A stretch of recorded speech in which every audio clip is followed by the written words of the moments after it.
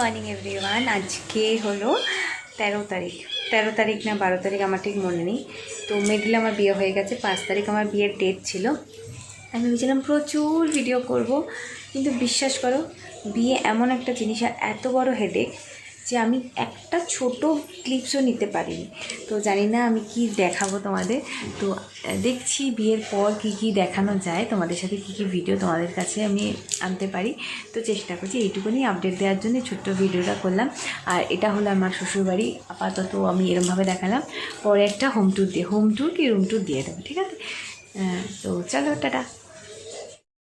বলার জন্য ভিডিও করা সেটাই ভুলে গেছি। আজকে হলো শুভজনী পুজো ছিল, আজকে হলো 8 দিন। তো বাড়ি থেকে সবাই এসেছিলো। এই সকালে 9টা নাগাদ হলো। তো তখন আর কিছু করতে পারিনি ভিডিও।